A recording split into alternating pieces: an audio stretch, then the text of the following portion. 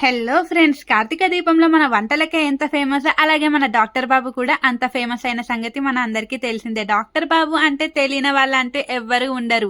మన డాక్టర్ బాబు మొదట్లో అయితే అడపదడప సినిమాల్లో అయితే నటించిన సంగతి అందరికీ తెలిసిందే. కానీ ఆ సినిమాలేవి అతనికి పెద్ద గుర్తింపు అయితే తీసుకురాలేదు. కానీ ఎప్పుడైతే బుల్లితెర మీద అడుగు పెట్టాడో, ఇంకా బుల్లితెర ప్రేక్షకుల హృదయాలను అయితే కొల్లగొట్టడం అయితే స్టార్ట్ చేశాడనే చెప్పవచ్చు.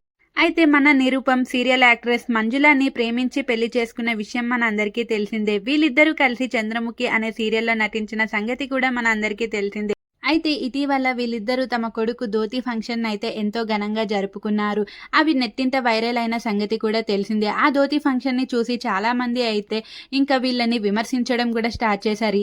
ఇది చూడటానికి ధోతి ఫంక్షన్ లాగానే లేదు, పెళ్లిలా ఉంది, పెళ్లి కూడా ఇంత ఘనంగా చేయరేమో, దీనికి హల్దీ ఫంక్షన్ కూడా చేశారు అంటే మీరు ఇదంతా జస్ట్ వీడియోస్ గురించే చేస్తున్నారు అంటూ చాలా మంది నెటిజన్లు అయితే వీళ్ళపై మండిపడిన విషయం కూడా అందరికీ తెలిసిందే. అయితే ఇదిలా ఉండగా ఇటీవల నిరూపం ఇంకా మంజుల అయితే తమ యూట్యూబ్ ఛానల్ ద్వారా అయితే ఒక గుడ్ న్యూస్ ని అయితే షేర్ చేసుకున్నారు.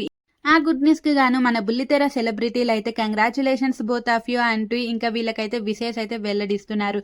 అయితే ఈ గుడ్ న్యూస్ ని కొందరు తప్పుగా కూడా అర్థం చేసుకున్నారు. మళ్ళీ డాక్టర్ బాబు తండ్రి కాబోతున్నాడేమో అంటూ కంగ్రాచులేషన్స్ బోత్ ఆఫ్ యూ అంటూ కొంతమంది నెటిజన్లు అయితే కమెంట్ చేయడం జరిగింది. అయితే ఇంతకీ ఆ గుడ్ న్యూస్ ఏంటంటే, నిరుపమ్ మంజుల ఇద్దరు కూడా ఒక కొత్త బిజినెస్ ని అయితే స్టార్ట్ చేయబోతున్నారంటే దానికి మీ ఆశీర్వాదం మాకు కావాలి. మీ బ్లెస్సింగ్స్ అనేవి చాలా అవసరం. మీ సపోర్ట్ వల్లే మేము ఇక్కడి వరకు వచ్చాము.